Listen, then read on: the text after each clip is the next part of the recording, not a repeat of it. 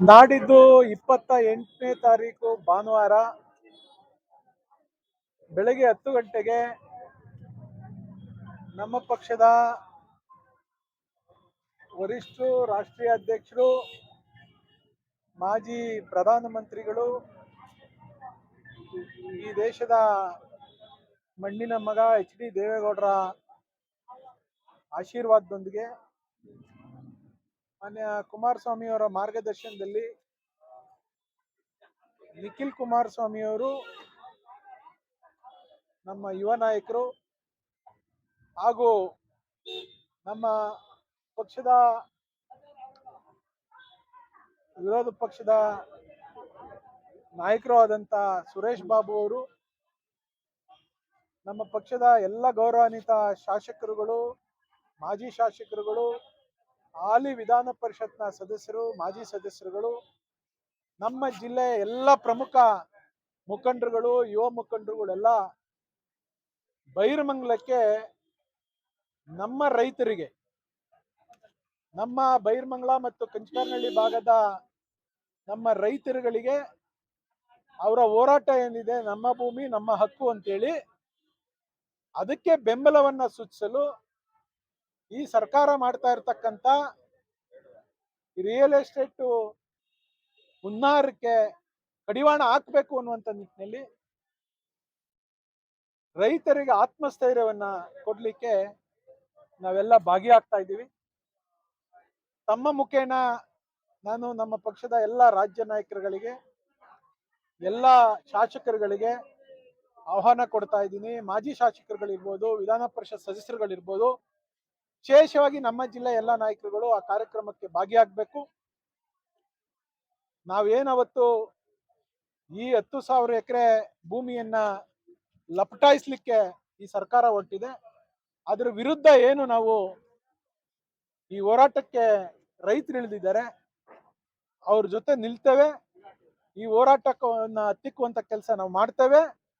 ಅದ್ಯಾವುದೇ ಸರ್ಕಾರ ಇದ್ರೂ ಕೂಡ ರೈತರ ಭೂಮಿಯನ್ನ ಲಪಟಾಯಿಸಕ್ಕೆ ಬಿಡೋದಿಲ್ಲ ಅನ್ನುವಂತ ಒಂದು ಒಳ್ಳೆ ಹೋರಾಟದಿಂದ ನಮ್ಮ ಯುವ ನಾಯಕರು ಬೆಳಗ್ಗೆ 9 ಗಂಟೆಗೆ ಬೈರಮಂಗಲ ಕ್ರಾಸ್ಗೆ, ಅಂದರೆ ಟೊಯೋಟಾ ಕ್ರಾಸ್ಗೆ ಬರ್ತಾರೆ. ನಾವೆಲ್ಲರೂ ಅವ್ರನ್ನ ಸ್ವಾಗತ ಮಾಡಿ ಇವತ್ತು ಸಾವಿರಾರು ಬೈಕ್ಗಳ ಮೂಲಕ, ಕಾರುಗಳ ಮೂಲಕ ಬೈರಮಂಗಲಕ್ಕೆ ಹೋಗುವಂತ ಕಾರ್ಯಕ್ರಮ ಇದೆ. ಈ ಕಾರ್ಯಕ್ರಮ ಯಶಸ್ವಿ ಆಗ್ತದೆ. ನಮ್ಮ ಮಾಧ್ಯಮ ಸ್ನೇಹಿತರ ಸಹಕಾರ ದಯಮಾಡಿ ಬೇಕಿದೆ. ತಾವುಗಳು ಎಲ್ಲ ಕೂಡ ಅವತ್ತು ಬಂದು ಈ ಕಾರ್ಯಕ್ರಮದಲ್ಲಿ ಭಾಗಿಯಾಗಬೇಕು ಅಂತ ವಿನಂತಿ ಮಾಡ್ತೀನಿ. ಟೌನ್ಶಿಪ್ ವಿಚಾರವಾಗಿ ಸರ್, ಕಳೆದ ಹಲವು ದಿನಗಳಿಂದ ಒಂದ್ ಕಡೆ ಪ್ರತಿಭಟನೆ ಮಾಡ್ತಾ ಇದ್ದಾರೆ ಅಹೋರಾತ್ರಿ. ಈಗಾಗಲೇ ಬಿಜೆಪಿಯವರು ಕೂಡ ಬೆಂಬಲಿಸಿದ್ರು, ಈಗ ನೀವು ಕೂಡ ಮಾಡ್ತೀರಾ. ಆದ್ರೆ ಈ ಸರ್ವೆ ಕಾರ್ಯ ಮುಂದುವರೆದಿದೆ, ಜಟಾಪಟಿಗಳು ಕೂಡ ನಡೀತಾ ಇದ್ದಾವೆ. ಇವತ್ತು ಸರ್ಕಾರ ದಪ್ಪ ಚರ್ಮದ ಸರ್ಕಾರ, ಇಲ್ಲಿನ ಜನಪ್ರತಿನಿಧಿಗಳಿಗೂ ದಪ್ಪ ಚರ್ಮದ ಜನಪ್ರತಿನಿಧಿಗಳು. ರೈತನ ಕೂಗು ಕೇಳ್ತಾ ಇಲ್ಲ. 197ನೇ ದಿವಸ ಹೋರಾಟ ಮಾಡ್ತಿದ್ರು ಯಾವೊಬ್ಬ ರೈತನ ಕಷ್ಟ ಏನು ಅಂತೇಳಿ ಆ ಸರ್ಕಾರದ ಪ್ರತಿನಿಧಿ ಆಗ್ಲಿ, ಜನಪ್ರತಿನಿಧಿಗೆ ಅವರ ಯೋಗ್ಯತೆಗೆ ಒಂದು ಕ್ಷಣನೂ ಅವ್ರನ್ನ ಮಾತಾಡ್ಸಿಲ್ಲ. ಈ ಸರ್ಕಾರ ಏನ್ ಇಲ್ಲೇ ಗೂಟ ಹೊಡ್ಕೊಂಡು ಇರೋದಿಲ್ಲ. ಈ ಮಾನಗೆಟ್ಟ ಸರ್ಕಾರಕ್ಕೆ, ಈ ರೈತರನ್ನ ಇಷ್ಟೊಂದು ಕಣಗಣಿಸುವಂತ ಸರ್ಕಾರಕ್ಕೆ ಜನನೇ ಬುದ್ಧಿ ಕಲಿಸ್ತಾರೆ.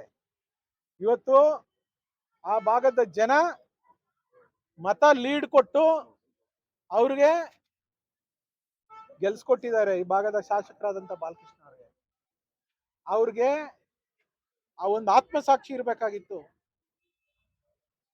ಈ ಭಾಗದ ಜನ ನಮ್ಗೆ ಲೀಡ್ ಕೊಟ್ಟಿದ್ದಾರೆ, ಈ ಭಾಗದ ಜನ ನನ್ಗೆ ಓಟ್ ಹಾಕಿದ್ದಾರೆ.